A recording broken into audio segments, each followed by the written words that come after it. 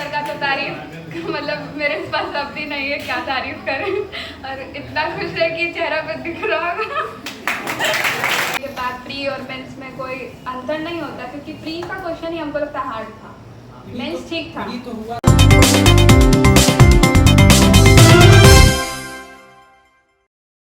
Case study के sir का notes है, उसके अलावा कुछ नहीं। हम तो बोलेंगे कुछ नहीं है एक्स्ट्रा, बस आप उसी को रिवीजन करते रहिए, वही बहुत काफ़ी है। जीके जीएस का जो इतना पोर्शन है, सर तो बहुत अच्छे से डिटेल में पढ़ाते भी हैं और लिखाते भी हैं, ये तो सबको पता है।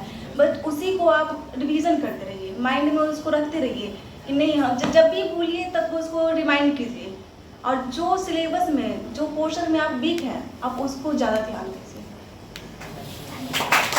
टाइमिंग क्या होना चाहिए, कितना टाइम पढ़ना चाहिए, कितना समय देना चाहिए, और समय मतलब जैसे पढ़ने याद करने का क्या समय होना चाहिए, सुबह में या फिर जैसे भी, यही सवाल मेरा है। बहुत थैंक यू इतना प्यार और सम्मान। गौरव सर का तो तारीफ मतलब मेरे पास शब्द ही नहीं है क्या तारीफ करें, और इतना खुश है कि चेहरा पे दिख रहा होगा। सर से पिछले 2 साल से हम जुड़े हुए हैं, मतलब कि एकदम कंटिन्यू, एकदम रेगुलर।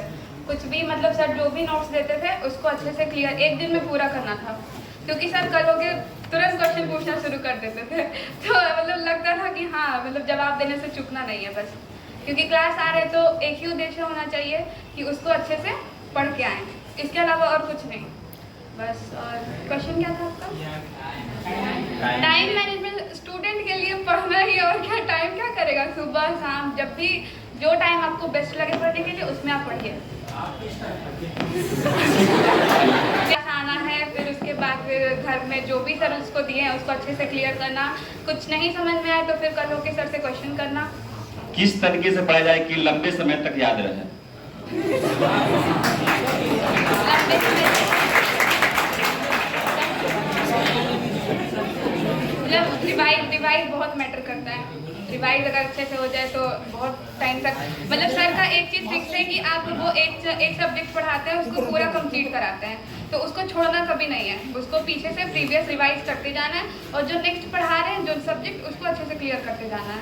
पीछे वालों को कभी नहीं छोड़ना है, कभी नहीं। वो फिर अगर भूल गए तो फिर आपको शुरू से शुरू करना पड़ेगा। के बाद प्री और मेंस में कोई अंतर नहीं होता, क्योंकि प्री का क्वेश्चन ही हमको लगता हार्ड था, मेंस ठीक था। प्री तो हुआ था, मेंस ही नहीं हुआ।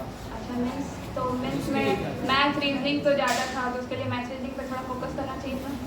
और बाकी जीके तो सर पूरा बिजी शेड्यूल होने के बाद भी हम लोग के लिए इतना टाइम निकाले, 5 बजे शाम से लेकर 7 बजे तक करवाते थे, कि ताकि ये लोग डीमोटिवेट ना हो कि हम इन लोग को छोड़ दिए हैं, एकदम कंटिन्यू करवाते ही थे इतना बिजी होने के बाद भी। तो सर बहुत अच्छे हैं। गाइड करते थे, और यहाँ पर आके सर हमेशा पूछते रहते, क्वेश्चन कराते रहते कि पीछे क्या पढ़ा, तो उससे ना रिवीजन होते रहता है।